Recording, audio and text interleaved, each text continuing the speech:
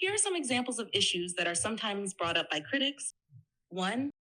Han Meditations. Hey guys, as you can see, I have all these journals. The link will be in the description. Hello guys, I am Han. This is Kelly. We are Han Meditations and we're back with another video. We're excited to talk about some different things on this channel. We never know where it's going to lead. So let's just get right into it. This is going to be a little, interesting. Let's see what happens here when we talk about the contradictions that are possibly in the Quran. Are there contradictions in the Quran? I guess we're going to have to find out right here and right now. Do you want to do the honors or should I? You may start. Hello, ChatGPT. In your unbiased opinion, I want you to tell me, are there any contradictions in the Quran? And if there are, tell me what they are. The question of whether there are contradictions in the Quran is a matter of interpretation, perspective, and belief. For Muslims, the Quran is considered the literal word of God revealed to the Prophet Muhammad, and it is believed to be perfect and free from any contradictions.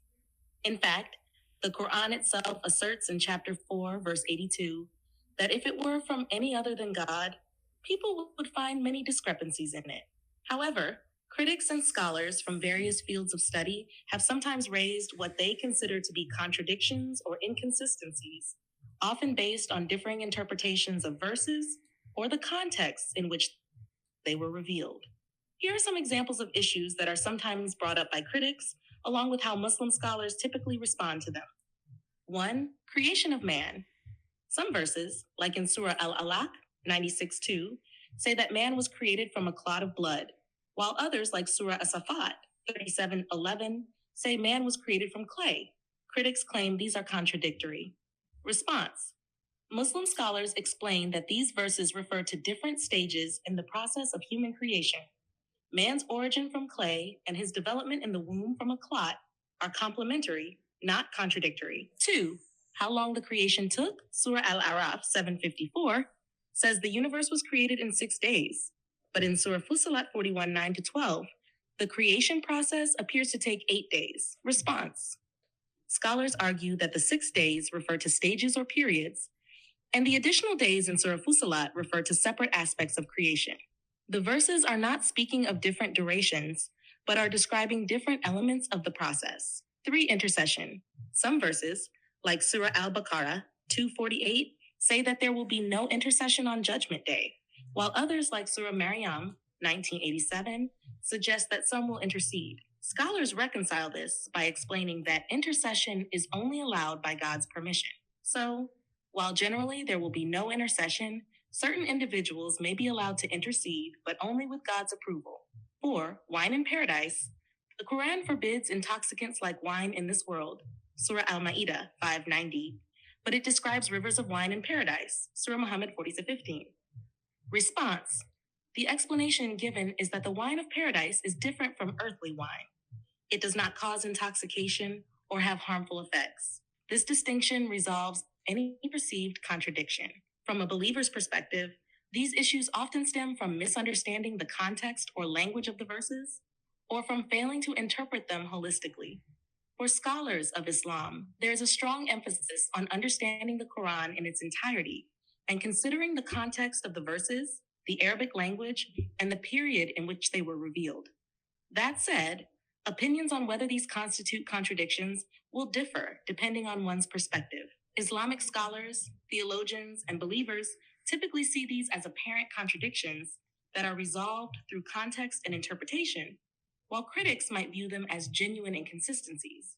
Would you like to dive deeper into any of these specific examples or explore other topics related to this? What I would like you to do is read the entire Quran in your unbiased opinion. Tell me if there are any clear-cut contradictions that you can find. Are there any?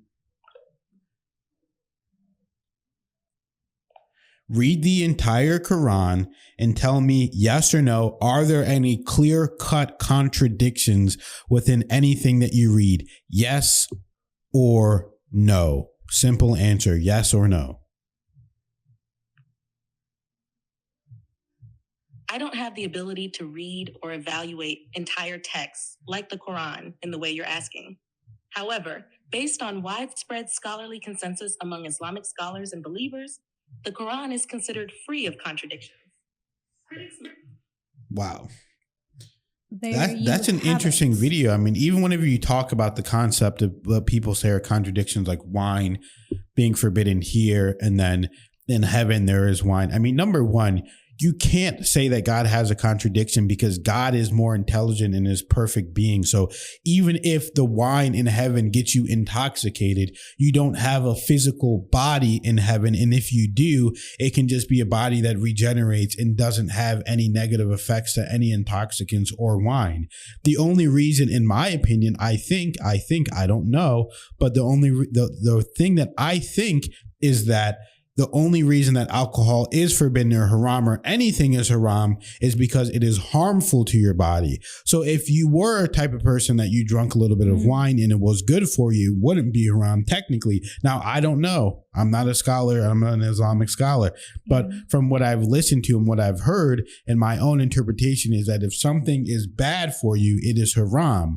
But if something is good for you, then it actually is not. So it just depends on the situation in the person. So, that's my personal opinion and view of it. Yeah. I mean, as far as like the days, 6 days here, it says 8 days here. I mean, the thing is like, okay, we have our Earth days, right? But like one planet away, their length of the day is totally different.